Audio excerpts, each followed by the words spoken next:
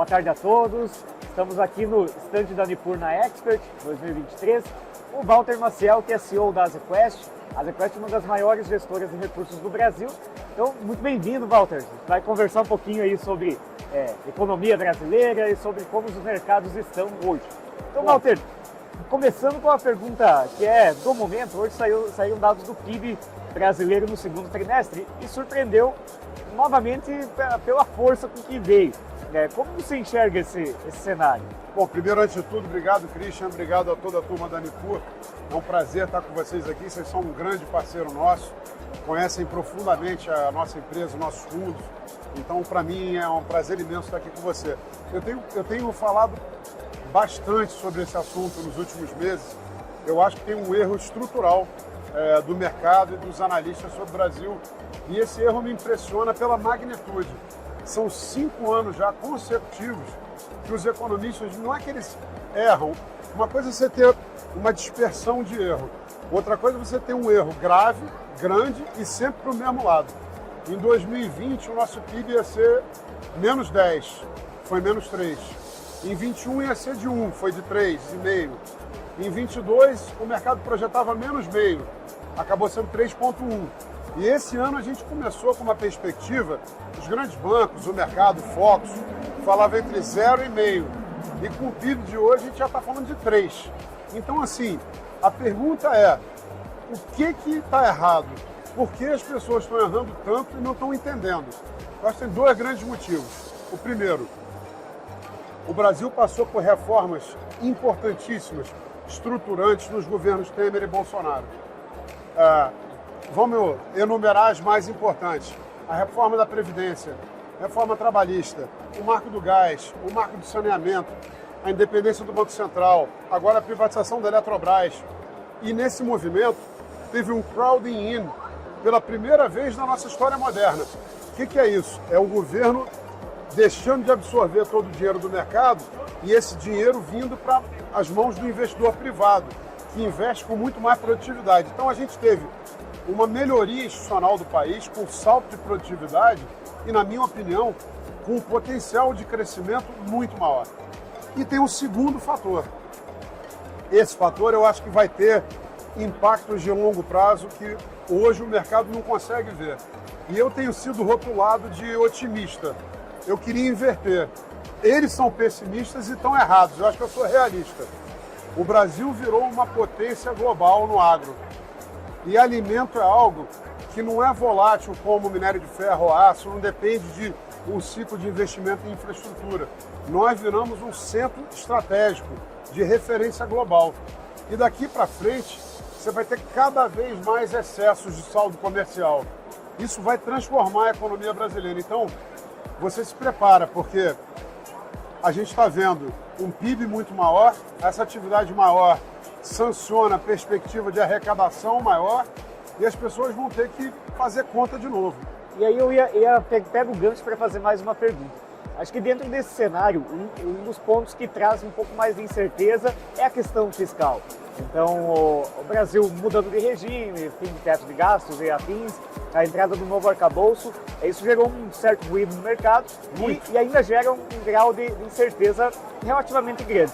Como você, Walter, enxerga o novo arcabouço fiscal e as perspectivas aqui para frente? Então, aí eu acho que tem um outro problema, que é o gestor trazer ideologia para dentro de casa. Eu, por exemplo, nunca votei no PT, nem nessa eleição. Eu achava que a outra opção era melhor e paciência. Mas na hora que a gente recebeu o arcabouço, em vez de dizer como veio do Haddad é ruim, a gente fez outra coisa. Vamos olhar o arcabouço.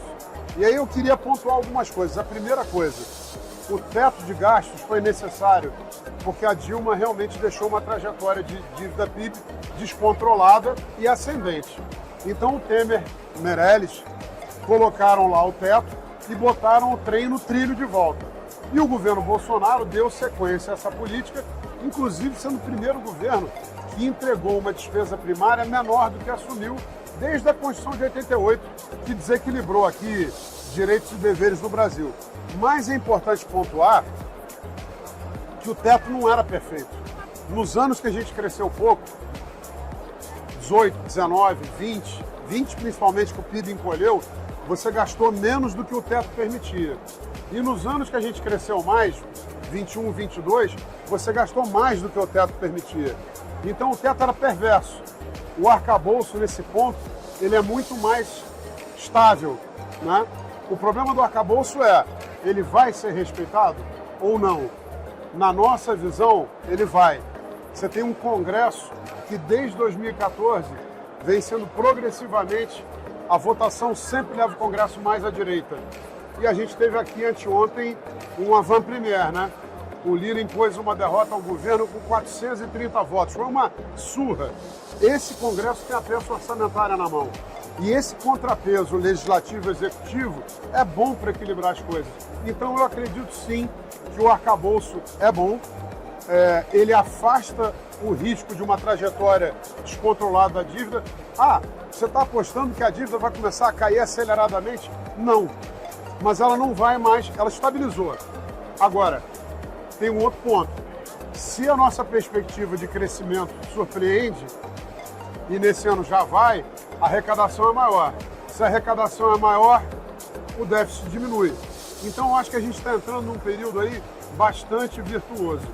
A hora que o Haddad, essa semana, insistiu no déficit zero no ano que vem, você acredita que vai ser zero? Não, não acredito. A gente vai ter um déficit ano que vem, talvez de 0,5% do PIB. Mas ao fazer isso, ele aciona uma série de dispositivos que, caso ele não entregue o zero, vão fazer o governo ter que contingenciar um monte de coisa. Então foi um cálculo, é um sinal bom. Então a gente tem que, em gestão, separar a ideologia, porque o que o cliente quer no final é rentabilidade. Então nossos fundos têm que pegar o cenário adequado e se beneficiar dele. Então eu acho que sim, o arcabouço traz uma tranquilidade muito maior do que eu tinha, por exemplo, em janeiro desse ano, quando eu estava muito preocupado com os discursos do governo e comecei a achar que a coisa ia dar errado. E eu acho que o ministro Haddad teve aí uma virtude de trazer racionalidade para a discussão. Então, resumindo, a gente teria um cenário, um crescimento mais forte, puxado pela produtividade, o que é bom, né? Não por ciclos de commodities ou algo assim. Um fiscal que, se não é perfeito, já não é faz muitos anos. É muito melhor do que a gente esperava. Exato. E um cenário de inflação reduzindo e um ciclo de juros caindo. Então, está se desenhando um cenário bom para o Brasil daqui para frente. Para investimento, eu acho que essa última informação que você traz é fundamental. Eu tenho 32 anos de carreira. Eu nunca vi um ciclo de redução forte de juros que não foi causado por uma grande crise lá fora, que não é o caso, ou uma recessão local, que também não é o caso, vir sem ser acompanhado de uma alta forte dos ativos de risco. Bolsa, fundo imobiliário, tudo que tem fluxo de caixa alongado ou que está mais alavancado. Então a gente trabalha ano que vem com uma perspectiva de inflação entre 3 e 3,5. Vamos falar aí de 3,5. O juro real médio que o Brasil pagou nos últimos 20 anos, com Dilma e tudo, foi 3,8. 3,8 com 3,5 dá 7,3. Aí você fala, 7,3? Vamos botar 1% de prêmio? Vamos botar um pouquinho mais, 1,2. O juro deve ir ano que vem para algo entre 8 e 9. Vamos falar de 8,5. Se sair de 13,75 para 8,5, é 5,25 de queda dos juros. Certamente vai levar a uma descompressão do prêmio de risco dos ativos. O que é isso, pessoal? Bolsa subindo, multimercado, fundos imobiliários, infraestrutura, que a gente tem uma carência muito grande. Então, acho que tem uma perspectiva aí incrível. E a vantagem, o mercado está atrasado, a bolsa está muito barata. O que é estar muito barata? Preço-lucro hoje das empresas está abaixo do que estava em abril de 20, quando eu não sabia se ia ter vacina, quanto tempo vai demorar para você voltar a trabalhar. Sim. Então tem uma oportunidade de ouro. Aproveitem. Muito bem. Muito obrigado, Walter. Foi excelente a conversa. Eu agradeço muito aqui em nome da Nipur. E até mais. Valeu, pessoal. Uma honra estar aqui. Um abração para todos.